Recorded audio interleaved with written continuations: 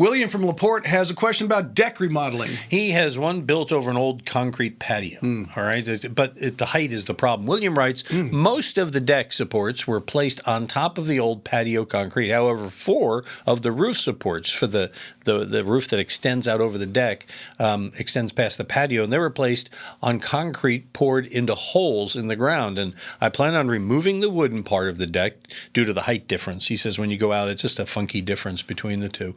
How do I keep the existing roof supports if I want to remove the deck and the old patio and pour new concrete?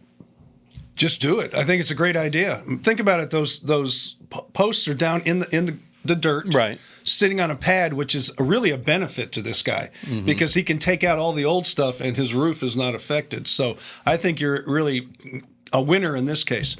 But as far as that goes, just form it how you want it and pour it. You can pour it around the posts if you want. Eventually, they might rot out over I don't know how many years, and you just cut them and put a cleat in and put a new post in. But it's the best thing you could have is to have those on a separate foundation, which he has right now. So if he has maybe jackhammer nearby it or something, if it's near the post, or well, it's away from the patio he's taken out. Okay.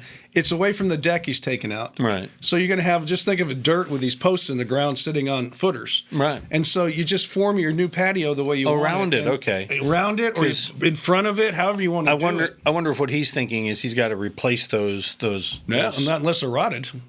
I think he's winning on this one. Okay. I do. Go. We got a winner.